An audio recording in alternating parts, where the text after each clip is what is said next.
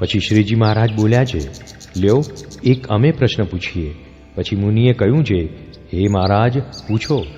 પછી શ્રીજી મહારાજ બોલ્યા છે, જે ભગવાનનો ભક્ત હોય તે ભગવાનની મૂર્તિના સંબંધ વિનાના જે અન્ય સંબંધી પંચ વિષય તેને તુચ્છ કરી નાખે છે, અને પંચે પ્રકારે એક ભગવાનનો સંબંધ રાખે છે, એવો જે ભક્ત તેને ભગવાન એમ આજ્ઞા કરે છે, તમે અમ થકી છેટે રહો. ત્યારે તે જો ભગવાનના દર્શનનો લોભ રાખે તો એને આજ્ઞાનો ભંગ થાય, અને જો આજ્ઞા ન પાળે તો ભગવાનને એ ભક્ત ઉપર હેત ન રહે.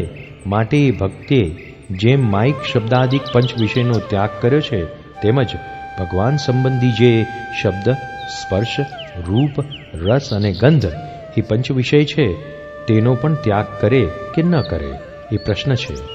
પછી સર્વે મુનિ મળીને જેને જેવી બુદ્ધિ હતી તેણે તેવો ઉત્તર કર્યો, પણ એ પ્રશ્નનું સમાધાન થયું નહીં.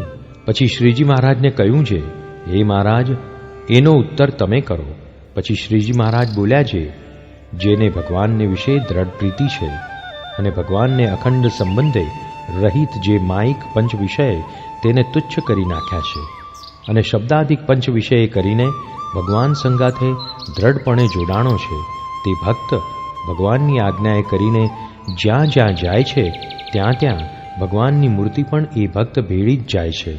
ને જેમ એ ભક્તને ભગવાન વિના રહેવાતું નથી, તેમજ ભગવાનને પણ એ ભક્ત વિના રહેવાતું નથી.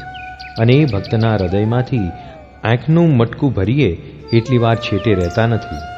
માટે એ ભક્તને પાંચે પ્રકારે ભગવાન સંગાથે અખંડ સંબંધ રહે છે.